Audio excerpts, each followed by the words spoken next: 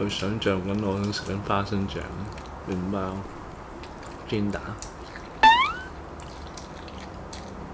就真係頂唔順，真係頂唔順。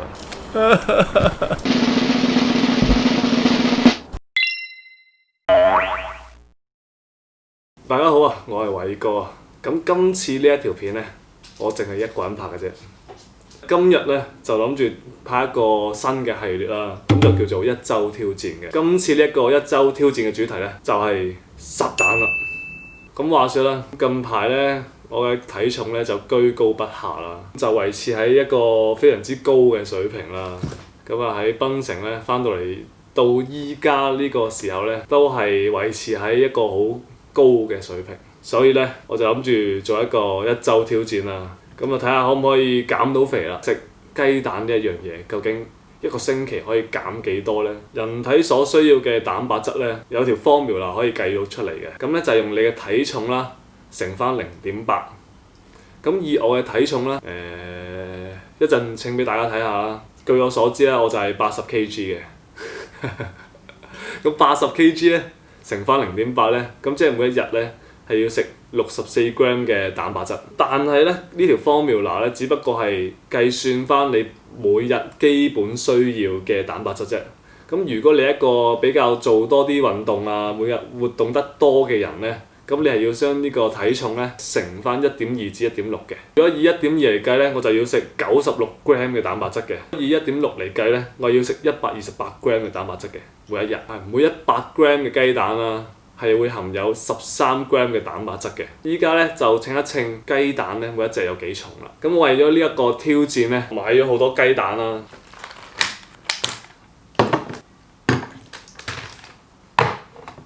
就係買咗咁多雞蛋啦。我覺得呢度嘅雞蛋其實就唔夠我一個星期食嘅。好，依家呢，就稱一稱雞蛋究竟有幾重。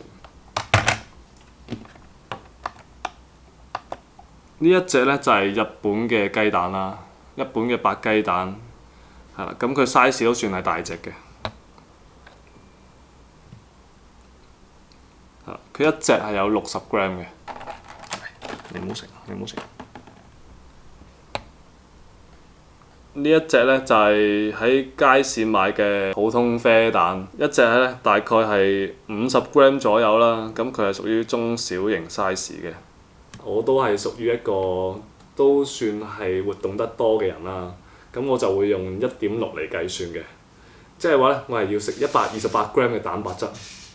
咁128 gram 呢，我就會分開3餐嚟食嘅。咁即係話呢，我每一餐係要食42.6666嘅蛋白質。如果以啱啱嘅 formula嚟計啦，即係話呢，我要食300 gram 嘅雞蛋呢，先會吸收到42.6666嘅蛋白質。如果係以呢啲普通啡蛋啦，一隻50 gram 嚟計呢，我係要食6隻一餐嘅。一隻比較大少少嘅白雞蛋呢，係要食5隻一餐嘅。咁喺呢個一周挑戰入邊呢，為咗可以食得營養豐富啲啦，除咗食烚蛋之外呢，我仲係會食菜啦同埋水果嘅。我哋即刻去我哋嘅一周挑戰啦 ！Let's go！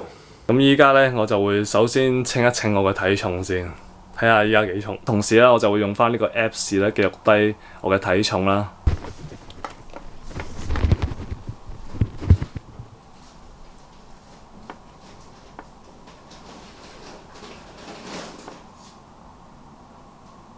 咁今日呢嘅朝頭早啦，咁我嘅體重呢就係80.8 kg 嘅，體脂都比較高啊，依家19.5。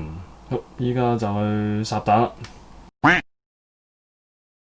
啱啱就煮完嘢食啦，咁呢一個呢，就係 Micky 嘅早餐啦，咁就好豐富啦，有2隻煎蛋、花生醬麵包同埋一個奇異果。咁呢一個呢，就係我嘅早餐啦，一杯咖啡啦，6隻蛋係水煮蛋，再加一個奇異果嘅。好，依家就食我哋嘅第一餐。唔知大家覺得我頂唔頂得一個星期食烚蛋？去想像緊我食緊花生醬、麵包、煎蛋。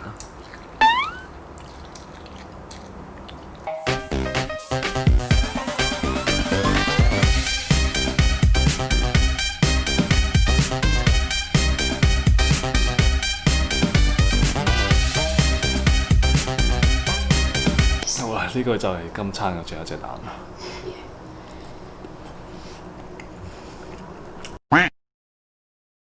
好啦，依家呢就係第2餐啦。呢個就係我嘅午餐啦，都係6隻烚蛋啦，加幾條菜心啦，同埋2個蘋果嘅。咁 Micky 嘅午餐呢都係好營養嘅，有雞肉啦，又係菜心啦，同埋1條番薯嘅。第2餐呢，我已經感覺到全身冇力。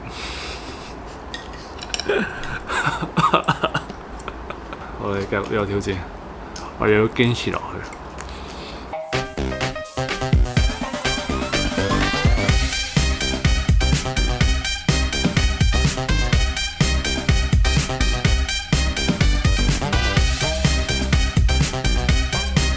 好，下一餐再見。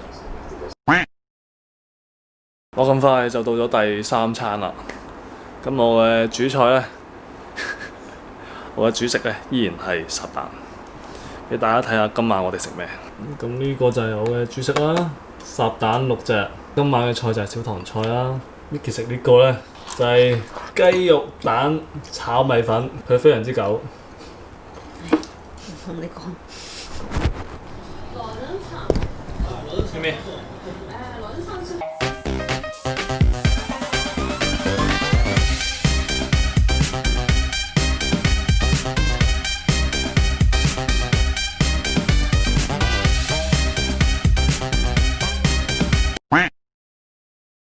好啦，依家就係第2朝頭早啦，我就食第4餐啦。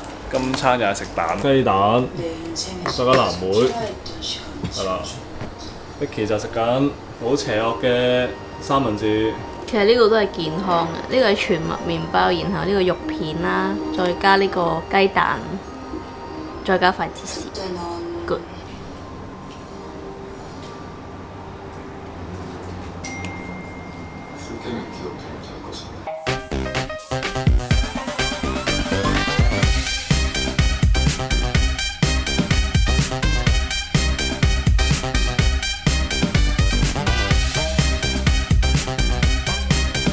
今餐最後一隻雞蛋。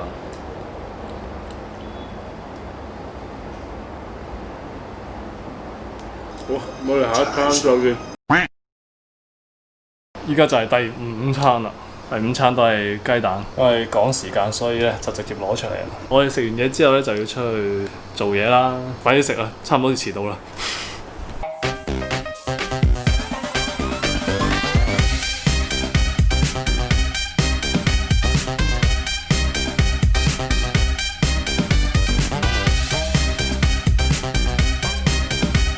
最後一隻雞蛋今餐。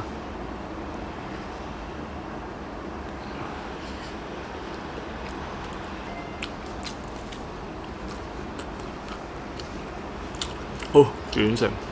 我哋下一餐再見。依家咧就係第7餐啦。咁至於點解係第7餐，就係因為尋日咧就真係頂唔順啦，同埋出咗去做嘢啦，做完嘢之後咧實在太肚餓啦。所以咧就頂唔順，就出去食嘢啦，食咗個淡仔。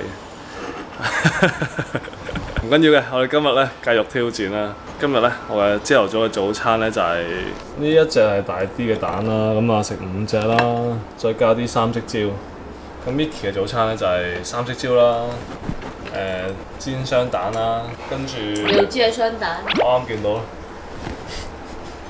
係啦，跟住有啲豬肉啦、豬肉片啦，同埋一塊麥包嘅。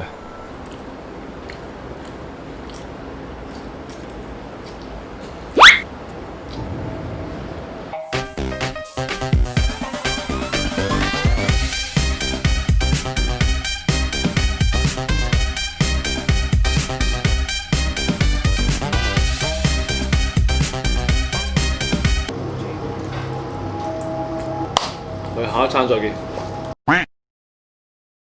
依家就係第3日嘅第2餐啦，我又係食雞蛋加菜心，就係咁多。Micky 都好健康，食呢個雞肉啦、菜心啦，同埋番薯嘅。你係咪食到睇個蛋個腦撈唔到啊？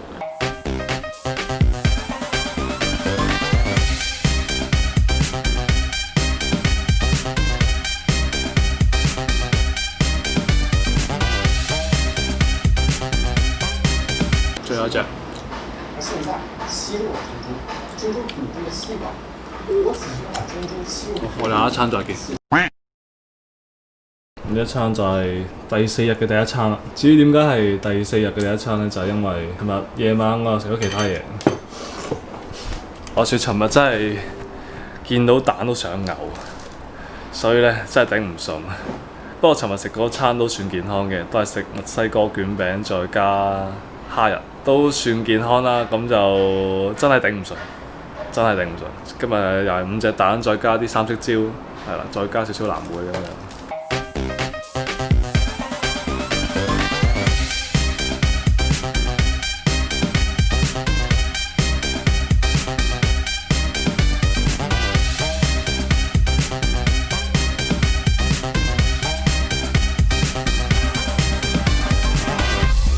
今餐食蛋就完結啦，我哋下一餐再見。好，依家係第4日嘅第2餐，咁就俾人偷食咗一粒雞蛋，得返4粒，同埋一個蘋果。呢一餐就係我嘅午餐啦。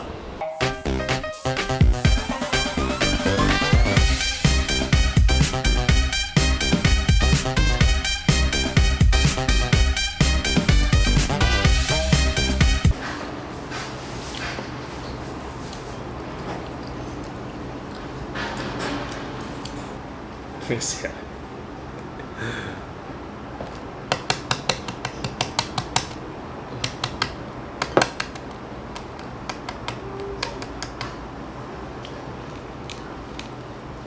一餐仲有一隻蛋，我哋下一餐再見。今日呢就係第5日嘅第一餐啦。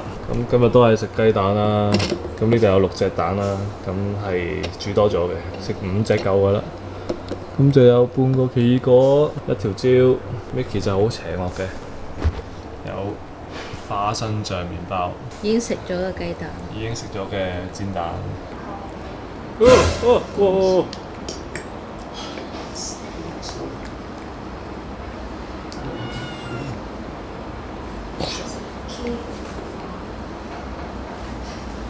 達到咩？相機同用啊，很好佢嘅。sorry，有冇咬部相機啊 ？sorry。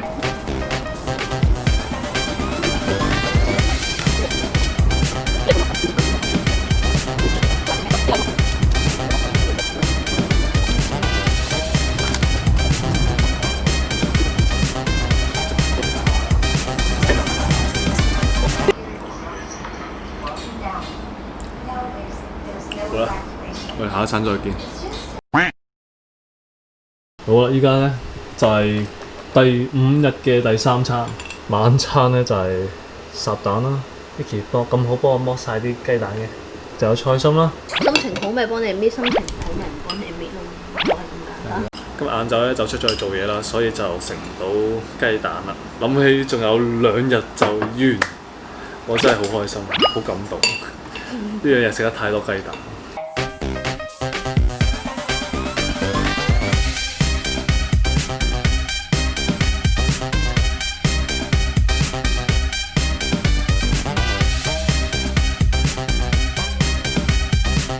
蛋就食完啦，我哋下一餐再見啦。今日係第6日嘅第一餐，又係5隻烚蛋啦。今日有少少番茄食，同埋有少少菇食。Mickey 咧就係食一個好正嘅卷餅啦，墨西哥卷餅。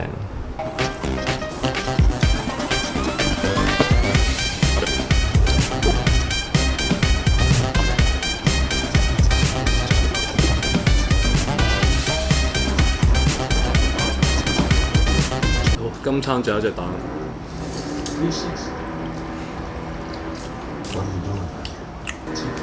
我哋下一餐再見。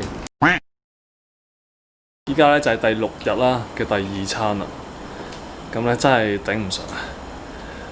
我依家見到啲水煮蛋咧，我都想嘔啊，好反胃啊，真係頂唔順。所以咧 Mickey 咧就整咗一個卷餅俾我食啦，雖然入邊咧都係有少少嘅水煮蛋喺入邊嘅，但係好過就咁食烚蛋咯，真係完全冇味，頂唔順。我今餐就係食卷餅啦，咁下一餐我哋再見啦。依家咧就係第6日嘅最後一餐啦，係晚餐時間。晚餐咧我都係食烚蛋嘅，5隻，好慘啊，好清淡，同埋一啲雜菜，烚菜心。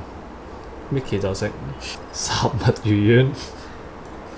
減肥人士所食嘅晚餐就係咁樣嘅。好，咁我哋繼續食蛋啦。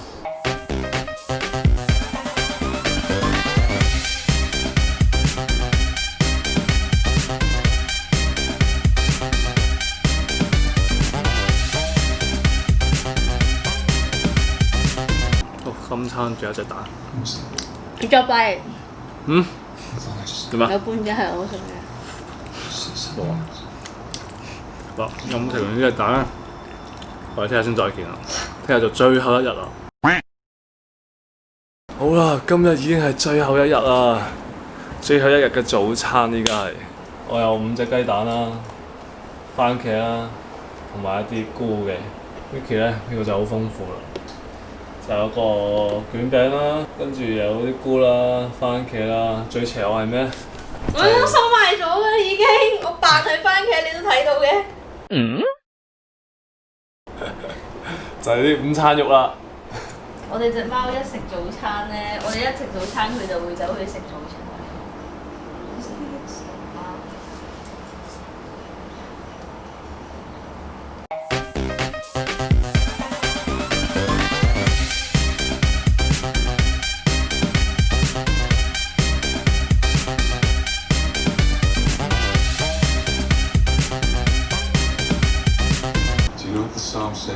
今餐仲有一隻蛋。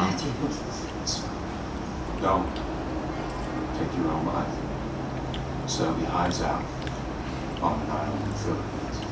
啦，我哋下一餐再見。終於到咗我哋呢個挑戰嘅最後一餐啦！晏晝咧就有少少嘢做，就出咗去做嘢啦。然之後咧就喺出邊食咗少少其他嘢啦，5隻雞蛋，再加啲白菜仔。Micky 咧就有一條魚食嘅。終於要完成挑戰啦！突然之間覺得啲雞蛋非常之可愛。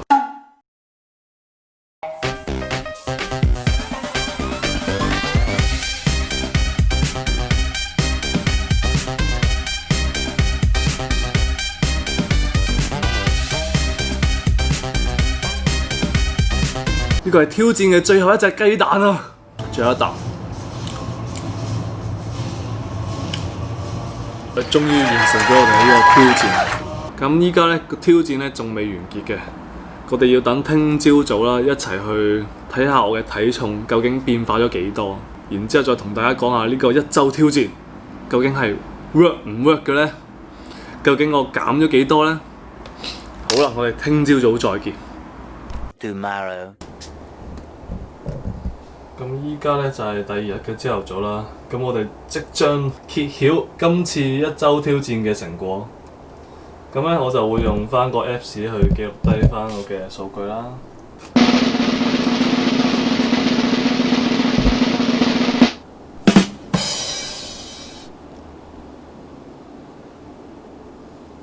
因為我哋尋日食咗一餐比較唔健康嘅，所以咧個脂肪咧就上升咗0.1嘅，肌肉又跌咗0.1啦，體重咧就係78.1嘅。好啦，咁我哋呢個1週挑戰咧就到呢度完結啦。首先咧，我哋就睇翻啲數據先啦。喺呢一個1週挑戰嘅呢個星期入邊咧，我係做咗4日運動啦，3日咧就係做重力訓練嘅，咁有1日咧就做帶氧運動啦。我哋一開始嘅體重咧就係80.8 kg 啦，到今日為止咧，我朝頭早磅咧就係78.1嘅，咁就係減咗2.7 kg 啦。尋日磅嘅時候咧就更加輕啦，就77.9，咁其實係減咗2.9 kg 嘅。咁呢一個數據咧其實係非常之唔錯嘅，我覺得。咁我哋再睇下其他數據先啦。咁我嘅 BMI 咧就由24.4啦，就減到落去23.6嘅。咁最低嘅時候咧就係23.5啦。體脂咧就由19.5咧就變咗18.3啦。而肌肉量咧由53.9咧就變咗做54.7嘅。體型方面咧就由偏半型咧就變翻做健康型啦。減嘅體重咧就係2.7公斤嘅。但係咧要留意翻嘅一樣嘢咧就係其實我減嘅2.7公斤呢，並唔係全部都係脂肪嚟嘅。咁呢個數入邊呢，就有個叫做脂肪嘅重量嘅。咁呢，我一開始呢嘅脂肪重量呢，就係15.8 kg 啦。咁去到最後呢，今日呢就係14.3 kg 嘅。我係減咗1.5 kg 嘅脂肪嘅。咁1.5 kg 嘅脂肪呢，其實係一個非常之龐大嘅物體嚟嘅。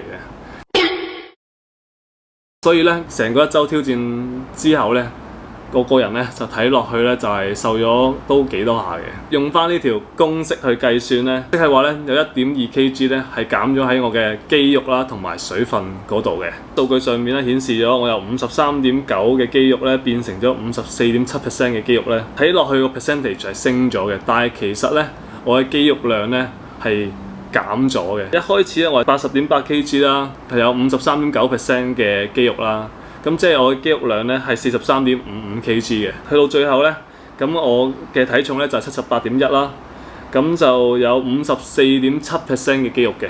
咁乘翻個比率咧，其實我嘅肌肉量咧只不過係得翻42.72嘅啫。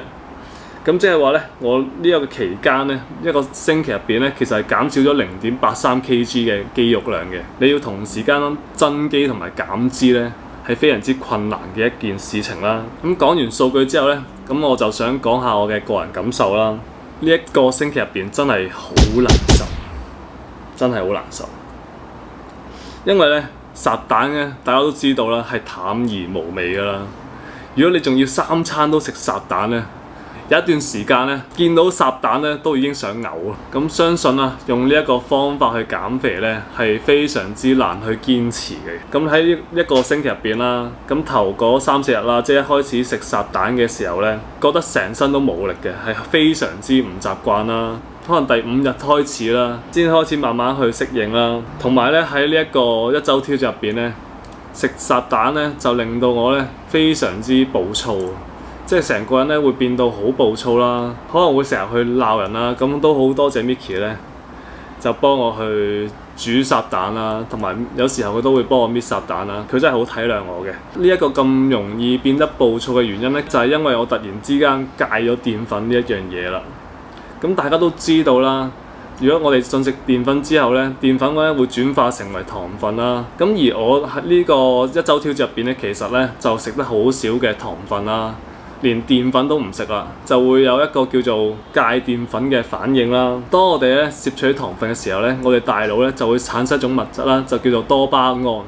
咁呢一種多巴胺嘅物質咧，就會令到我哋嘅心情啦覺得好愉快啦，成個人咧就會變得好開心啦。所以咧，當我哋食蛋糕啊或者食一啲甜品嘅時候咧，我哋成個人咧都會感覺到好愉快嘅。但係咧，糖分呢一樣嘢咧，亦都係一個雙面人嚟嘅。佢咧令到你開心嘅同時咧，亦都令到你難以去擺脫佢啦。當我哋停止攝取糖分嘅時候咧，我哋嘅大腦咧就會缺乏咗多巴胺啦，咁咧就會引致你大腦一啲嘅連鎖嘅反應啦。咁呢一種嘅反應咧，其實係會同戒毒嘅反應咧係相差無幾嘅。你可能會出現一啲嘅症狀啦，例如好動啦，你根本就冇辦法去靜落嚟啦。然之後咧，你嘅注意力咧係非常之難去集中啦，心煩意亂啦，即係你成日會囉囉攣啦，從而咧就令到你工作嘅表現去降低啦。所以咧，大家唔好攝取太多糖分啦。大家都知道啦，當我哋運動嘅時候咧，最先減走嘅部分咧就係糖分啦，其次先係脂肪啦。而呢一個星期入邊咧，我係食得非常之少嘅糖分嘅，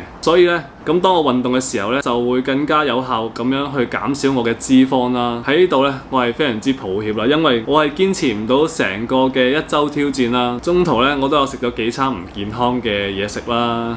咁咧就會令到呢一個減肥嘅效果咧就會變得冇咁有效嘅。如果我可以堅持落去咧，我相信個效果一定會比我依家咧更加好嘅。所以咧真係好抱歉，我相信咧大家一定會比我做得更加好嘅。好啦，咁今次咧呢個1週挑戰咧就到呢度完結啦。如果大家咧仲有啲咩想我哋去挑戰嘅話咧，都歡迎喺我哋嘅下邊咧留言講俾我哋聽嘅。好啦，咁我哋今日呢條影片咧就到呢度完結啦。拜拜。